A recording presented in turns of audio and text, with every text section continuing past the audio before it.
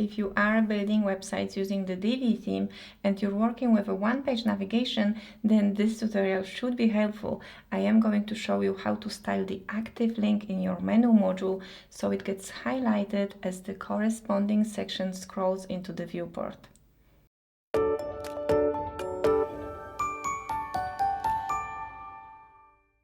Hi, my name is Anya, and my goal here is to help you build beautiful websites.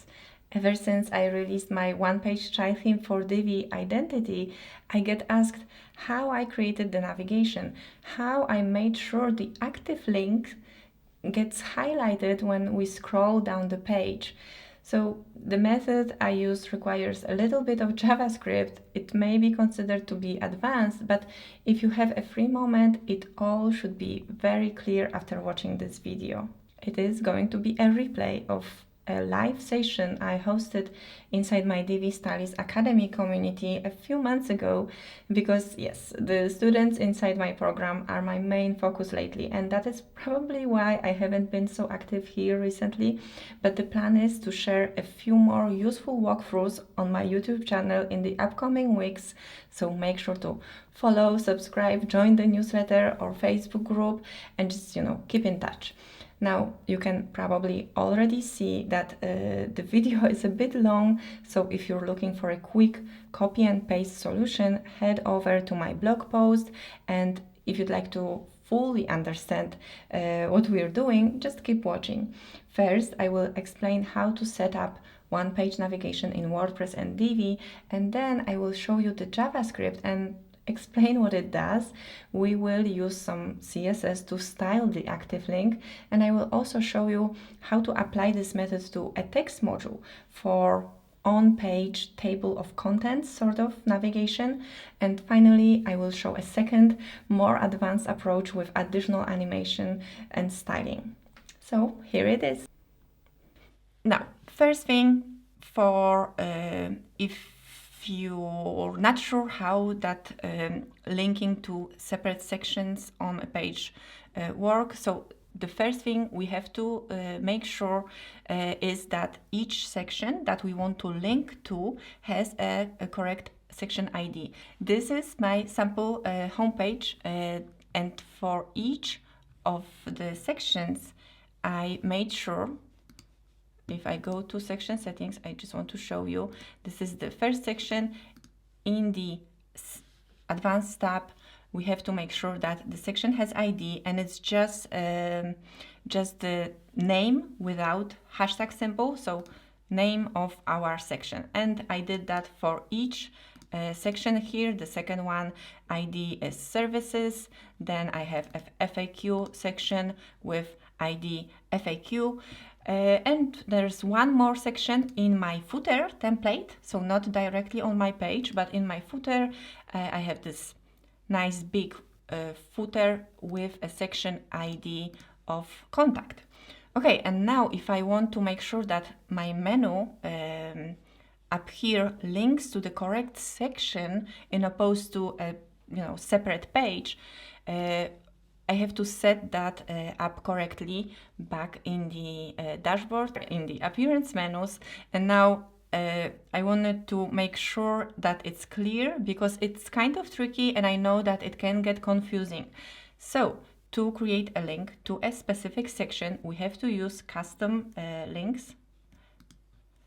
And you may think that you can link to a section, and yes, you can, but just let me explain the difference, with just specifying the hashtag and then the name of the section. So for example, if I want to link to a section with ID services, my link could look like this: services, and then text link is whatever we see, and the thing that will be clicking, just the name of the link. But the URL has to include a hash symbol and the ID name. Now, I already did that, but if you look here, my URL also includes / symbol, and that is important if you want to link to a section that is on a separate page and your menu that we are setting up here will not only be visible on that one page. And let me show you what I mean. If my URLs right here, if I would just use hashtag without that forward slash, and forward slash works if it's a home page. If I would be linking to a separate page, I would include the entire URL, but forward slash just takes us to the beginning of your domain, right? So that works as a homepage link. But if this wouldn't be here, and let me just quickly remove it from each menu item. So right now my URLs will have just the hashtag, and let me show you my page, right? So as I am on that page, this is going to work. So I have my services link and then FAQ, and then I can scroll down to the contact. But if that same menu is used on a separate page, so here I don't have the sections with the IDs, it's just a default blog page in Divi.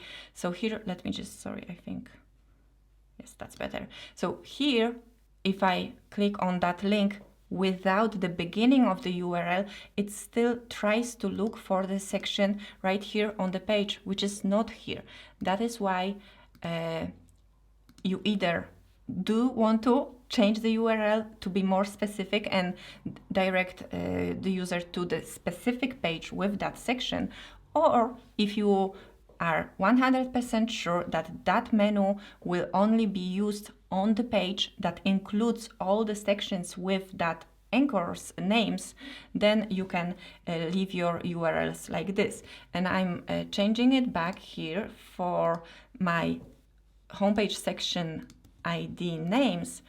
But as I mentioned briefly, my contact, my contact link is in my footer. It's a global footer, so that section with ID contact, if I leave it like this, analogic to all the other menu links, if I go to my blog page here and then click on contact, it will take me to the home page and then scroll down to the bottom of the page. While on the blog page, I also have that section, right? So if I'm sure that the anchor link, the ID of the section, will be visible everywhere where I'm using that same menu navigation, then it is even better to not to include the beginning of the URL and just use the hash symbol and the name of the section, because in like this, that will work perfectly. That will work perfectly if I'm on the blog page, right here at the top of the page. If I click contact, it would just scroll down to that contact section. If I go to a section that lies on a separate page, I would first be redirected to that page and then will scroll to a specific section. Now, where it gets complicated and what I wanted to focus on. So that's the initial setup. That's how anchor navigation works. But what if we want to include in the indication of which element from that menu, which part of your page you are currently viewing? So if we would try a standard approach and by editing the header template and by editing my menu settings, we have in the design menu text, we have the option to change the active link color. And if I change it here and then save my page and go back to the home page, you will see that every link that is linking to the page you are currently seeing will be marked as active link, because the ID and the anchor is disregarded. The WordPress will only look at the main URL where the / is your home page, and that means that all this it thinks that we are all on all these pages. It doesn't separate that for us. We do need a JavaScript to achieve that, and the way it's going to work, let me just bring up my child theme scripts file, and that script could just as well go into a code module, but since I'm enqueuing a script.js file, I can work from here. And just to kind of briefly explain, I'm not going to write that from scratch. This is a modified version of what ChatGPT wrote for us. What we are doing is first we want to find each link inside our navigation, and I'm using DL anchor menu class, and that is the same class that I have here in my menu custom, advanced settings custom CSS class. So that's the connection. I don't want that to work for every menu, it's just a specific menu with a class DL anchor menu.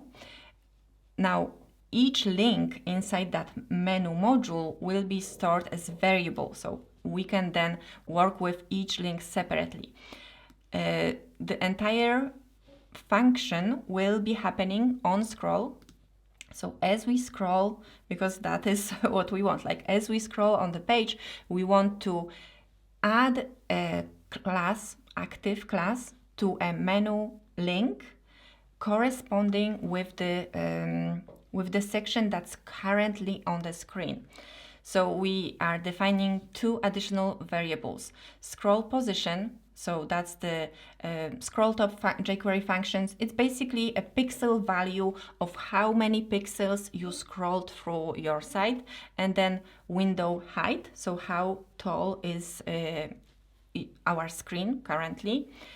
And then we, using these two variables, we are calculating the center of the screen, because we don't want to activate the active class, when the section comes into the viewport.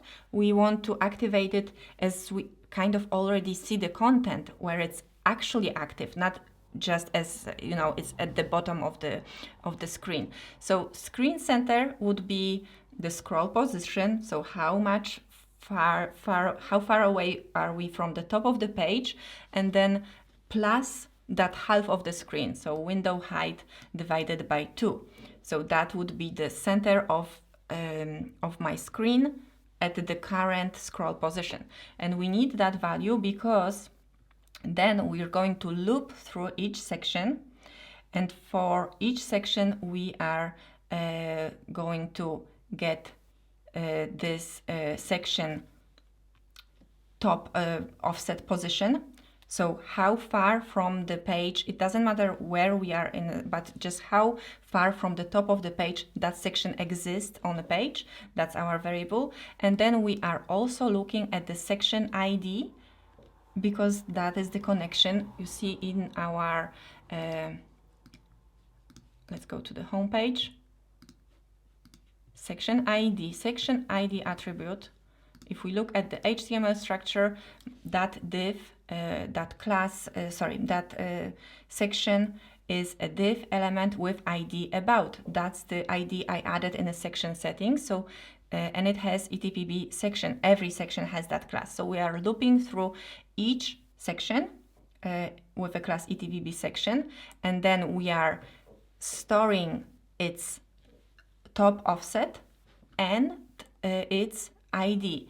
Now, if you look at the link, that ID is also visible in our href attribute, right? This is what we've added to our menu. So back here, once we have that section top position, and once we know what's its ID, we can check and compare the center of the screen with the top section. So actually, sorry, earlier I said it doesn't matter the top position, it's the position on where the section lies. It's actually the current section position as we scroll. So if that current section position is just below the center of our screen. We are removing, well, let's focus on that part first. We are going to find, you see that little piece of magic is targeting our menu links if a link has an href attribute that includes hashtag and the section ID, the same section ID we are checking, as we scroll. So if that section, we are finding that ID and connecting, adding a class to that link, because that here, that selects a element. A with all these conditions, A that has an href that includes in that href a name, we have a hashtag and corresponding section ID, corresponding meaning the section that is in the correct position. Then we are adding active class to that link. Okay, so this is pretty simple. Well, I guess maybe when I'm explaining it, it doesn't sound that simple, but it's just what ChatGPT gave us with tiny modifications, and that is what's happening. As the sections top achieve the center of our screen, the link with that section ID will get active class. Okay, let me just show you this here on the front end. Oh, actually, we already are on the About page. You see the href class. Let's make this tiny bit bigger. A with href about link. We are currently seeing the About page. It has a class active. Now, if as soon as I scroll so that section is no longer in the center of my screen, that class is removed. Now, see as right here, as I scroll here, that section active is added to that link as we scroll through the page content, and as the corresponding section of the ID is visible. Now we scroll further down, and let me just open that menu structure, because I have my links selected. I'm scrolling through the sections, but we are looking at links. So this was the About link. Here we have Services link, and notice as soon as the services, it's not there yet, but as soon as that section achieves or is visible in the center of the screen, then my About section no longer has that class, and class active is being added to services. Because, and that was one line that I missed, we are first removing the active class from everywhere, all currently, as soon as the section, some section that we loop through, as soon as it goes to the middle of our screen, all links that had active class will have that class removed, and then only the corresponding link will have that class added.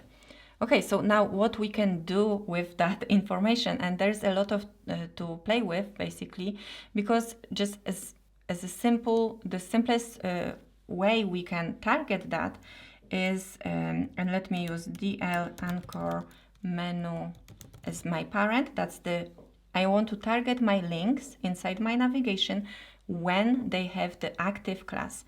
So I could do with A active,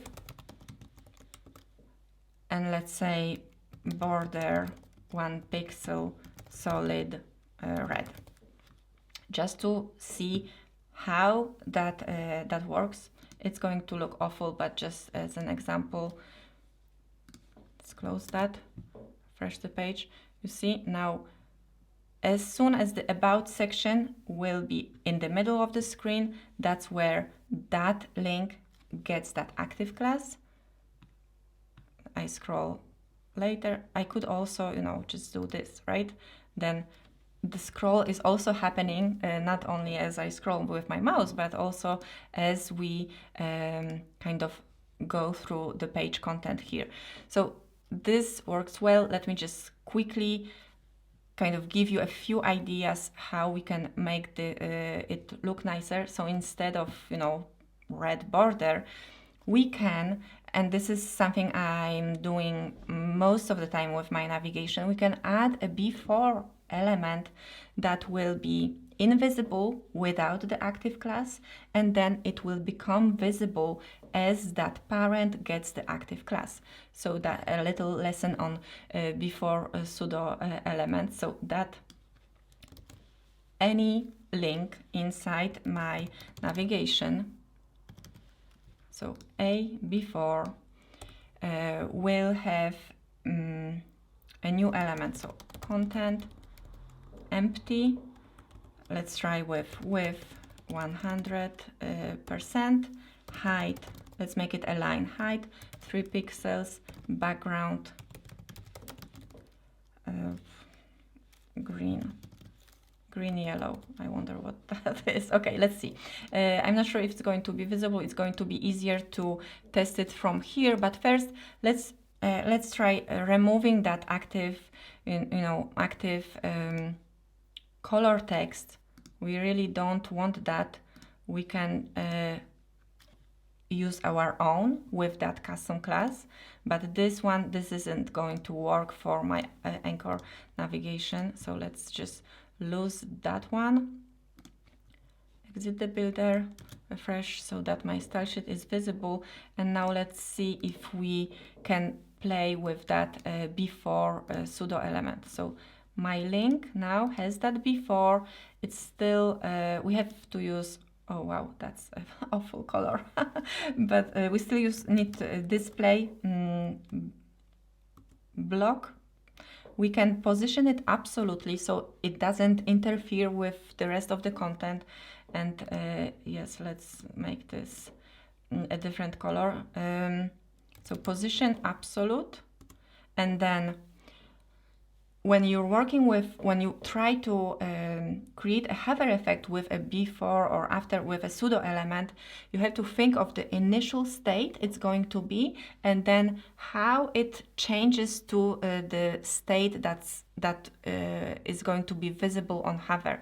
So initially, let's position it further down at the bottom, and then we'll try to animate it, just change the position with the transition so it kind of goes from the bottom to the actual final position.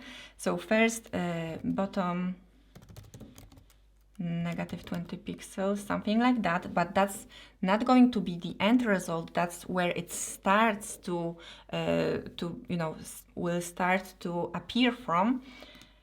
And then let's lose the opacity. So right now I'm not going to see it. Opacity 1. We need transition. So transition all 0.3 seconds. That's good enough. And now with that, we can change the same, we can change its properties, but only for the A with active class. So when that before pseudo element is on the link with the active class, the opacity will be set to 1 and bottom position will change to 0. Everything else that stays the same we can leave out. So now with that CSS, and let me just close it so that we can see it. Did I change? I made a mistake. Let's paste that here.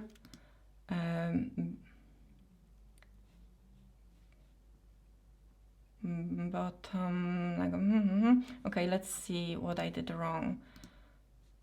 Let's refresh the page. Oh, it wasn't the hover, right? It wasn't. Silly me. We are not creating a hover effect, so doing this will not bring the line, but as soon as it will get the active class, that's where we see the line. So you see now it scrolls nicely through each section. I can do this or it will be happening as I scroll.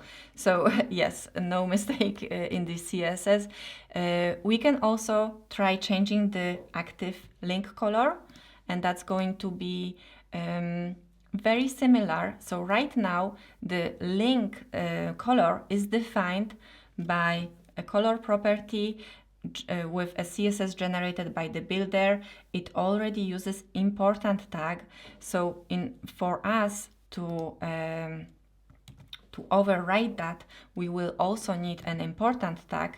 So if my anchor menu, well, Lee, it doesn't matter. It is inside a Lee, but we don't really need that Lee here. A with a class active, color, light salmon. Sorry, it's like nice orangish color, but important. And it still doesn't work because of the CSS specificity, right? That selector that says that link should have color black. It uses 1, 2 classes and 3 elements. We have 2 classes and 1 element.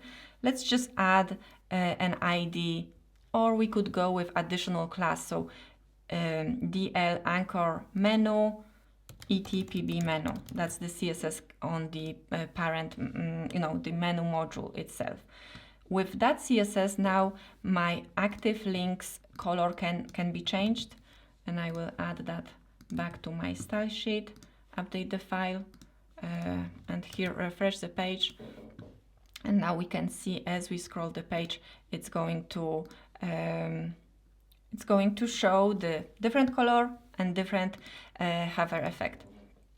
Well, not hover, but active state styling, let's call it. So I think this works really nice. It's not a lot, like it's just like it may seem like a lot of JavaScript, but half of that is our comments. So it's just a few lines of JavaScript and a few lines of CSS for that very nice user-friendly on-page navigation. So there are 2 more things that I just kind of wanted to extend that, because we could leave it at that works well, but there is one more use case that it could be used, that same approach, not only for single page horizontal navigation, but when you have very lengthy page content and you would want to include something of like table of contents with list of links to each section. Okay, so I've already played with that, and I have a page that I want to show you. So here I have a page with different sections, and here a text module with links to these sections. And that approach, although the hover effect we would need to change, but the approach could work the same way. Let me just show you how I've set up that that page, so it actually works this way, because it wasn't that obvious. And just to fix that menu, the position here is we set bottom 0, and it's relative to the entire module, so it's always at the bottom. But if we will make sure that the links are relative, so if A is position relative, because I use the same CSS class for my text module there, so that's going to work a bit differently for a text module. But just to show you, now it adds that hover effect that is corresponding to the current section. Let's just change the color real quick to light salmon. Okay, so it's going to work nicer here, just to make sure that you can see it. So we have that active link highlighted. But just to show you my setup here, again, I'm using sections. We could switch to rows, but just to keep it a bit simpler and basically allow for more control over the content of each section, because it may not be just a plain full with text. You may want to make this more complicated. So I have each section is actually placed in a section, but looking here, the links are placed in the first section at the top, and then each section on the page is just, it has its own content, but I made sure to leave out the space for my for that sidebar, because on that text module I used scroll effects, stick to top with a sticky offset. But one thing that you would want to remember or just take note of is that we cannot offset that element from surrounding sticky elements. And that is because, let me just show you, if I enable that, that's the default. By default, if you use sticky on scroll, that setting will be turned to yes. And if we do that like this, then my second section will start underneath, like the scroll, smooth scrolling, scroll to anchor basically will be changed, and it will calculate that section as your sort of a header. So you don't want that. If you would have, longer list of links, then the top of the section would be at the bottom of your links. So that's why we cannot offset surrounding sticky elements. So that's one thing. And then if you already have a sticky navigation, then the anchor won't be in the perfect place, but I guess we can fix that with spacing, right? Because with that setting disabled, if you have sticky navigation, your scroll link will hide the top of the section.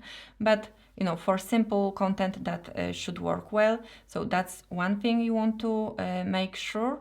And I think that's it. Let me just think. I was trying a few different ways to do that, but it has to be sticky, because we do want to make sure that text module is on top of everything else. Everything underneath in that second section is still clickable. Like if you include links here, that would still work.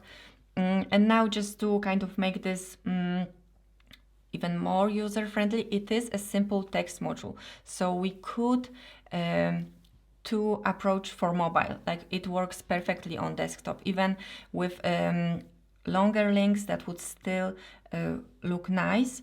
And I used, because we could do vertical menu links, right? Just like we in our one of the past tutorials, I showed you a few lines of CSS how to change that menu structure to vertical list of links.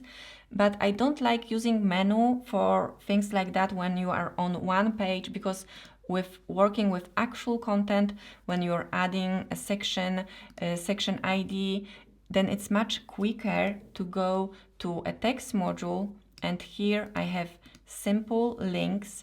So let's say I would want to add a new section 5.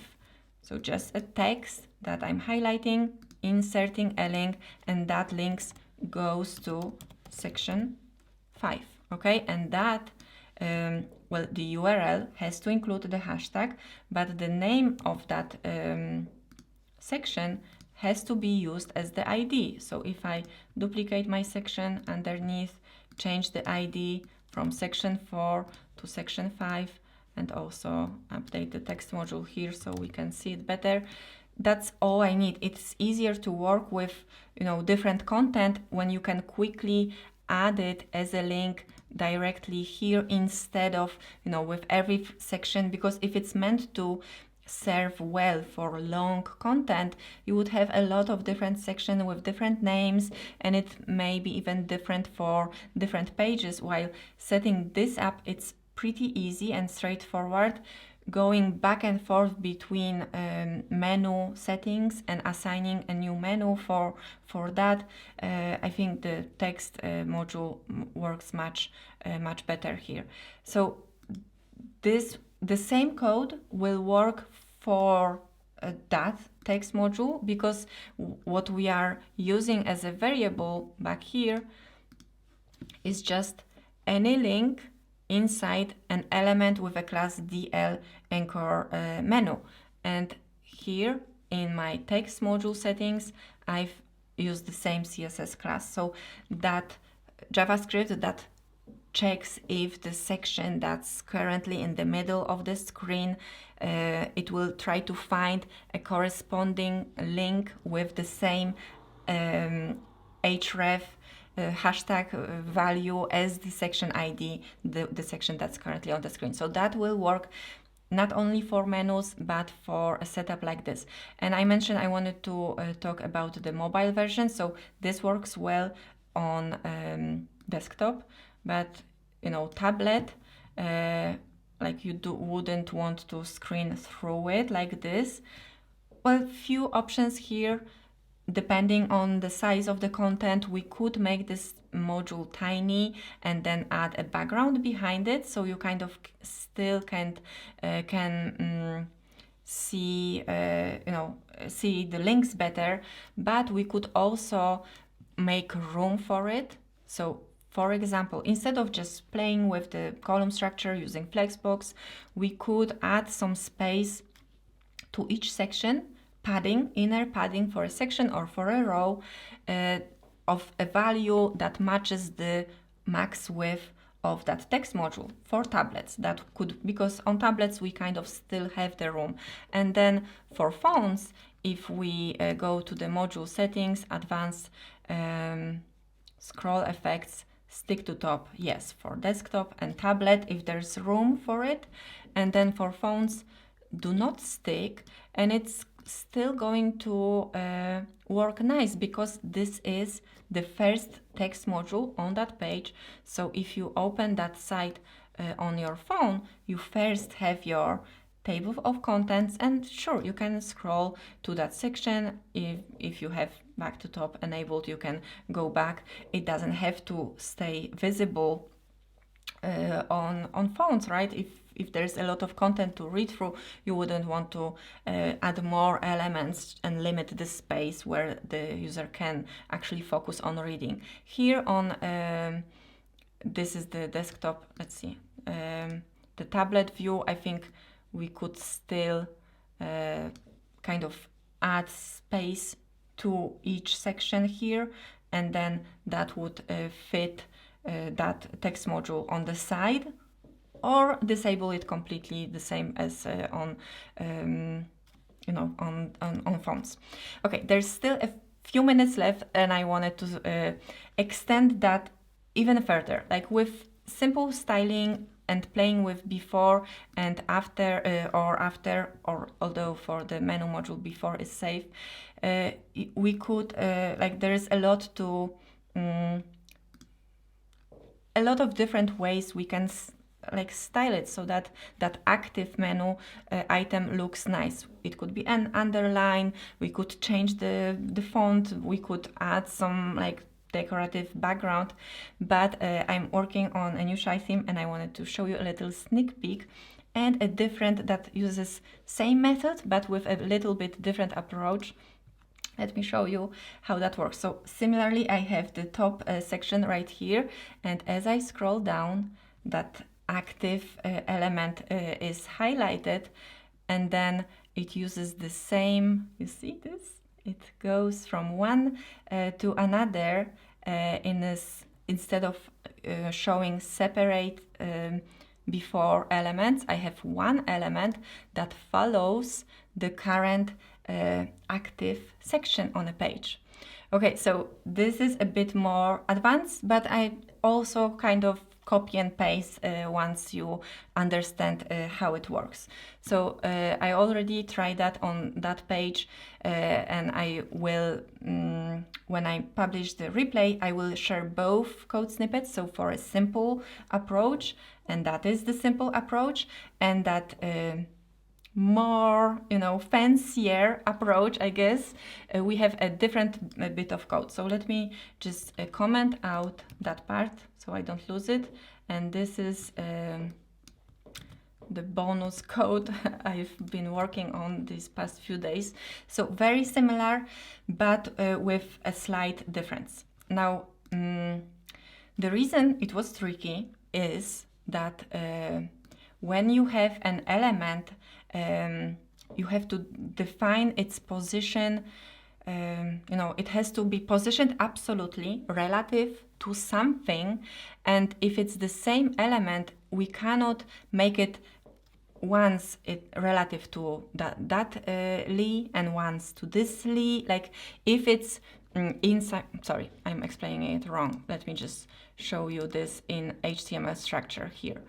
If we are looking at a navigation, okay, so we have UL with list of links, and then where is that new before or any additional element, where is it has to exist in order to be able to be displayed separately under each element. So we can, like, positioning the A before will be relative to that link, and we then can define the size of that link if it's inside the container. But if I wanted to move that before element to another li, it no longer, like if it's inside here, it no longer can be relative to its parent sibling. It's just not how it works. It can be, if we are trying to position something, it can either be relative to the parent or its parent, the first one that uses position relative, right? So it cannot be relative to its uncle, which is a separate, separate tree of the HTML structure. Okay, so that's like explaining the problem we have, and now for the solution. So what that code does is, first, we are adding a new element inside my DL anchor menu nav UL. So first UL, I did the first because of the submenus. If you were to use submenus, that UL wouldn't work. We just want to target the first one, not any UL inside. So first UL inside that menu module with that class, we are appending a new div element, div with ID DL anchor active. DLove. Okay, let's do it. I changed it. So DL anchor active. That's the div that we are adding, and let me just update that file. I think it's already going to work, but but let me just first refresh and show you where that div is. So here I have my UL li, just like it was, and then at the end I've added a new DL anchor active element, just directly from jQuery. I told it, okay, please add that element here, append that div to that UL. Okay, so once I have it, then I can change its position, but I have to find a way to make it relative to each li. So what we are doing, it's going to work on scroll. We are looking at this section, the same approach for finding the currently visible section as it reaches the half of your screen. So that part, that part is the same. We have our section offset and then section ID, and as soon as that matches the half of the screen, again, removing any active class from everywhere, hiding that additional element just in case that the section that's currently visible is not included in any of the navigation. So that's why it's here. So we are hiding everything, and then that works the same as with removing the active class from everything. Just you want to first make sure that it's not in the incorrect place, and then how we make it so it's in the correct place. We are checking the offset from the left, and we are looking both at offset of the entire navigation, because jQuery allows us to check left offset, but it's going to be relative to your size of the viewport. So first we are checking the left offset for the entire navigation, and then left offset of each link separately, and then by dividing, dividing one from another, we get to get that value that can be used to position that additional content relatively. Okay, because we have to know what is the size of each of these links to position our additional little subtracting. Yes, thank you, Deshna, not dividing. I knew it wasn't, yeah. Yes, we want to subtract the offset of that link from the, or other way around, the offset of the navigation from the offset of that link, and that will leave us with that little space we have from the start of the navigation to the start of the link itself, right? And we can use that value as the left position for our decorative element. So this is what's happening here. We are first checking what is the current link, but in addition to looking at A, I change it so that we are actually looking at Li, not A, because Li is the thing that has, there is some padding or spacing. To be honest, I don't remember why I did that, but current link is going to be the current Li element, not the A as it's in the previous example. And we are going to add a class active, the same as before, but to the Li.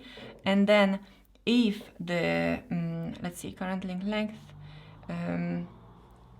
okay, that checks if it even exists. So if any of the links is actually having that class, because like I said, if we scroll to the section that's not included in our menu, that element can be hidden, like we may no longer want to see it, right? So if that current link doesn't exist, or if it's submenu, so that just makes sure that your active link isn't a second level link, because that would also mess up the calculations. So we want to exclude the menu from submenus from the equation and make sure it only works if the active link is actually present. And then we are doing the math calculation. So current link left position would equal current link offset where we subtracting the offset of the menu itself from the current menu link offset, the thing that I just explained a minute ago. So then we have the current link left value, and we can use it when applying CSS property to our newly added DL anchor active element. So with that value of left, and also second variable is the width of the current link, and we can simply get that using jQuery outer width method. So current link width is the outer width of current link. So knowing the width of our currently, and current means the one that has the same hashtag ID as the section that's in the middle of the screen. So having that current link width and left position, we can use these two values to move, to change the position of that additional div. So using CSS methods, we are changing left to current link left, and we are changing width to current link width, and we are also changing opacity back, because here we removed the opacity just so that it's not visible if there is any active section. So that is me trying to explain the logic behind that jQuery code. But like I said, it's just copy and paste. So once this is set up, all you need to really know is that if you use DL anchor menu CSS class on your navigation, you will have a new element with a class DL anchor active that you can style to look as that decorative element. It could be a simple line. I made it look so it's like a button. Let me go back to my style sheet, and I've hid it so it wasn't distracting, but DL anchor active. Position absolute transition, so that when we are changing the left and width, it changes smoothly, not instantly. So transition, and just regular position settings. The height has to be like fixed value, because since it's absolute, it cannot really know what height is the, it's a separate element. It won't be as tall as the link inside, because it's someplace else, right? We will position it next to link. We will know the width of the li.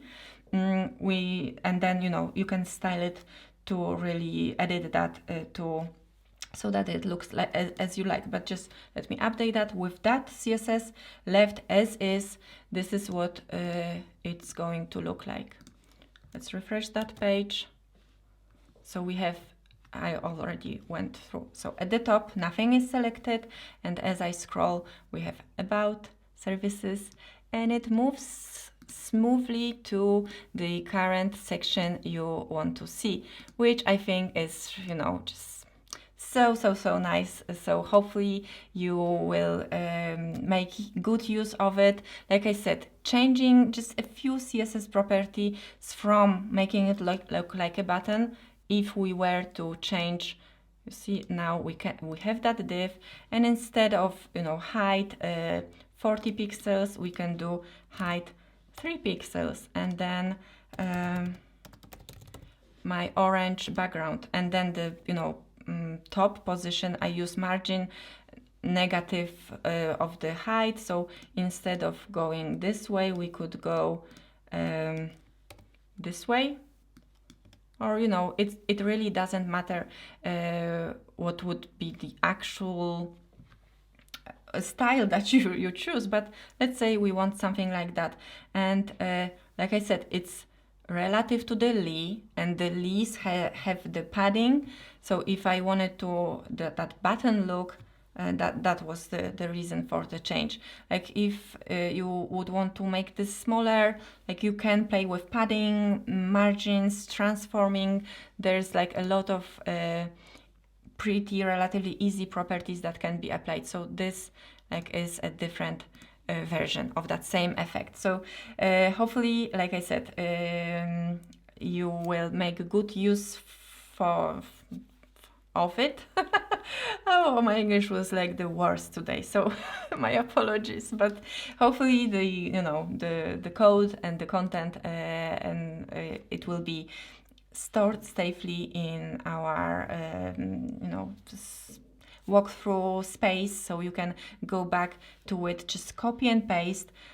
Trying to write it from scratch, it is kind of complicated, but once you know what's happening in the jQuery code and how you can customize it to match the website that you're working with, that is going to be a really quick copy and paste effect, and really from user perspective a lovely addition to make sure that everything is clear and everyone knows where they at on your site. Okay, that would be all. I hope you will find this method useful and the explanation clear. If you'd like my personal help with your WordPress and Divi projects, check out my Divi Stylist Academy, where I host weekly live meetings and Q&A sessions for my students, or just reach out and work with me directly. I'd be happy to help if I can. That's it for today. Thank you so much for watching, and see you next time.